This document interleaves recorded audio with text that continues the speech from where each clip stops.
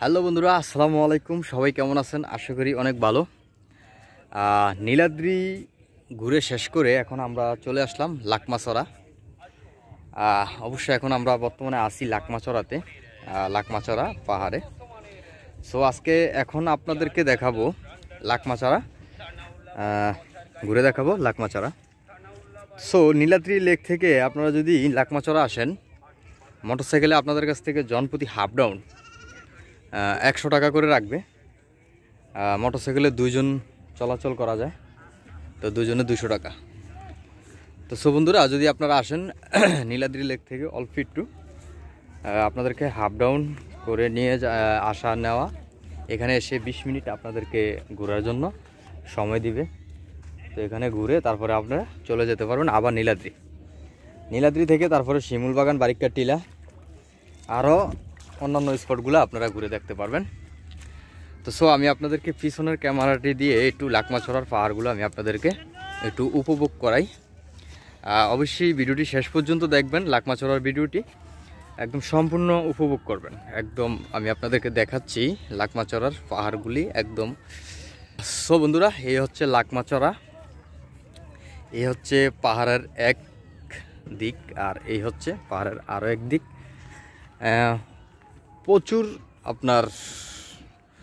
প্রচুর পর্যটক এখানে।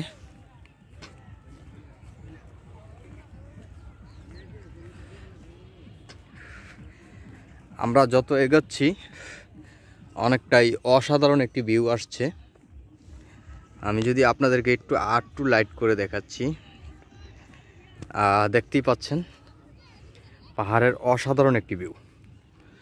সো এখানে অবশ্যই যারা নীলাদ্রিতে আসবেন অবশ্যই এখানে আসতে ভুলবেন না, কারণ এই প্রাকৃতিক দৃশ্যটা আপনারা দেখতে মিস করবেন যদি আপনারা না আসেন।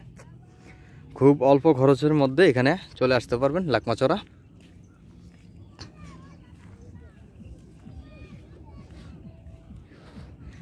তবে ঢাকা থেকে যদি আপনারা আসেন গাড়ির পথে, তাহলে একদিনে আপনারা অধিকাংশ স্পটগুলো ঘুরতে পারবেন।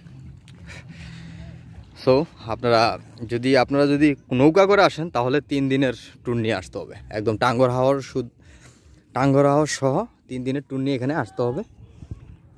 সো এখানে আপনারা একটা জিনিস ফলো করলাম, এখানে কিন্তু ঝর্ণা আছে, লাকমাছড়াতে ঝর্ণা আছে। এই হচ্ছে ঝর্ণার পানি।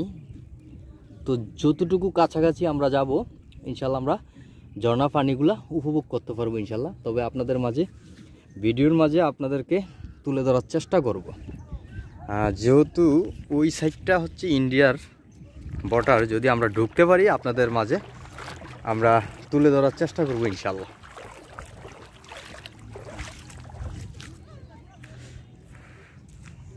ওই হচ্ছে বিএসএফের ওয়াচ টাওয়ার, আমি আপনাদেরকে একটু দেখাই, ক্যামেরাতে দেখা যাচ্ছে না। তো এখানে প্রচুর পর্যটকরা এখানে আছে। আপনার সীমানাটা অবশ্য দেখতেই পাচ্ছেন।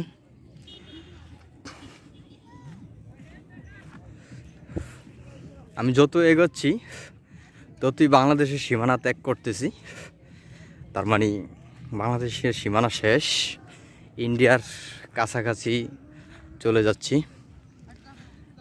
এ হচ্ছে বাংলাদেশের শেষ সীমানা, আন্তর্জাতিক সীমারেখা অতিক্রম করা নিষেধ। অবশ্য নিষেধাজ্ঞা দিয়েছে আমাদের বাংলাদেশ বিজিবি বর্ডার গার্ডরা, ওনারা এখান থেকে নিষেধাজ্ঞা দিয়েছে।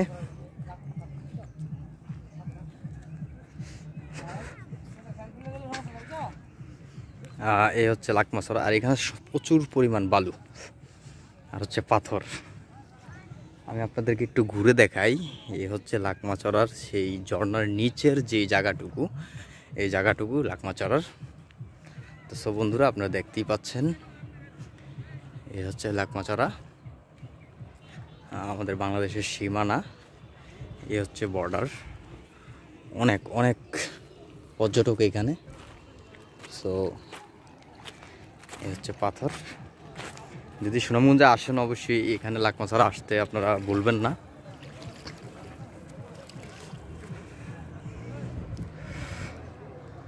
বন্ধুরা, ভিডিওটির সাথে থাকুন, সম্পূর্ণ উপভোগ করুন। এখন আমরা ঝর্ণার পানিতে নামবো ইনশাল্লাহ।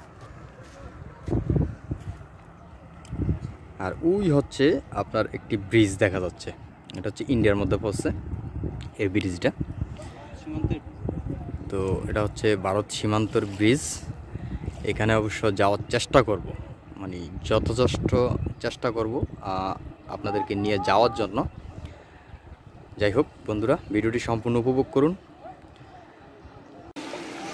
সো বন্ধুরা, আমরা লাকমাছড়ার ঠিক এই যে ঝর্ণার পানির যে স্রোতটা দেখতে পাচ্ছেন আপনারা, একটু আমি আপনাদেরকে দেখাই। এ হচ্ছে লাকমাছড়ার ঝর্ণার যে পানির স্রোত। অবশ্য ঝর্ণার কাছাকাছি যাওয়াটা সম্ভব না। ভারতীয় বিএসএফরা ওনারা খুব এক পর্যায়ে বললেই হয় যে অনেকটাই ডিস্টার্ব করতেছে। বাঁশির উচাল ওনাদের দায়িত্বরত যারা আছেন ওনারা খুবই করতেছে ওখানে না যাওয়ার জন্য। তারপরেও আমি আপনাদেরকে একটু সামনের দিকে এগিয়ে যাচ্ছি, দেখি কতটুকু যাওয়া যায়।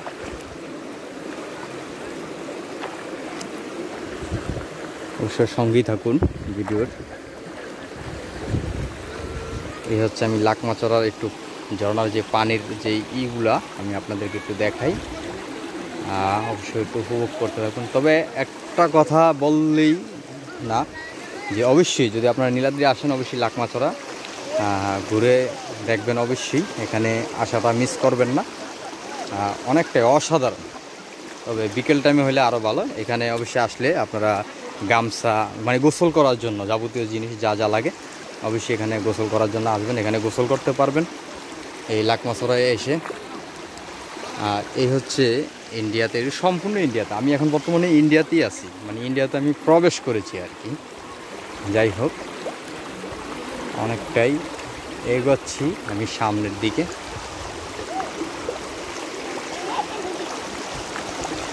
এগিয়ে যাচ্ছি, আর আমার ছোটো ভাইটা আরও পিছনে। ও মাই গড, অনেক স্রোত, প্রচুর স্রোত।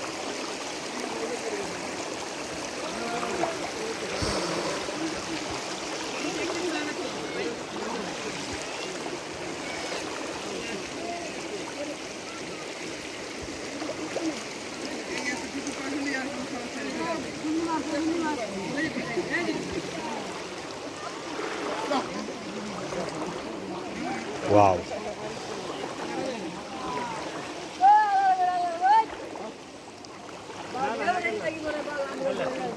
আমরা আইটা নাম্বারটা বলে না ঠালা করে দাও কিনা দিলে আমরা ইয়া দেব আইসো वाला हो तो दे रहे ना दो हमारे फिर लेके तो मांगे दिखे আমরা তো क्या गने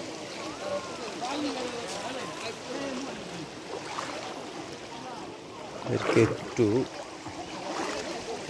অনেক স্রোত, পানির স্রোতের কারণে আমি সামনের দিকে এগোনোটা খুবই মানে রিস্কলি হয়ে যাচ্ছে, এত স্রোত পানির। আমি যদি একটু সামনের দিকে যাওয়ার চেষ্টা করি,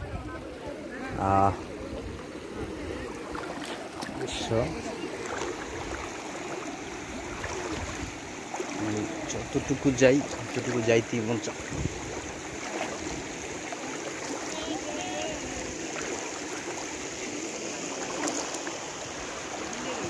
হচ্ছে পানির প্রচুর স্রোত।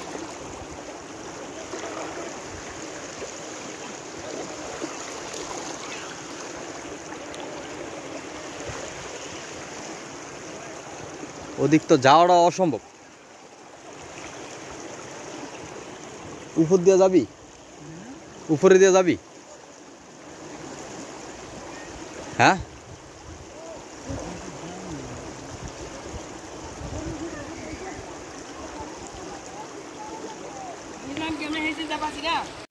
সো বন্ধুরা, আমরা অবশ্য লাকমাছড়ার ঠিক যে ব্রিজটার আপনার কাছাকাছি আসার কথা ছিল, প্রায় কাছাকাছি চলে আসলাম। এই হচ্ছে লাকমাছড়া ব্রিজ, আর এই হচ্ছে পাহাড়। আমি আপনাদেরকে একটু ক্লিয়ার করে দেখাই। এই হচ্ছে ভারতীয় দায়িত্বরত যারা আছেন ওনাদের বাসস্থান। আর এই হচ্ছে ঝর্ণাটা অনেকটাই ভিতরে, ওখানে যাওয়াটা খুবই রিস্কলি, অসম্ভব, ওখানে যাওয়া সম্ভব না। তো বন্ধুরা, ভিডিওটি আজ এ পর্যন্তই। ইনশাল্লাহ নেক্সট আরও একটি ভিডিও নিয়ে আমি আসতেছি, অবশ্যই উপভোগ করবেন। এরই শুভকামনা, সবাই সুস্থ থাকুন, ভালো থাকুন। আল্লাহ হাফেজ, আসসালামু আলাইকুম।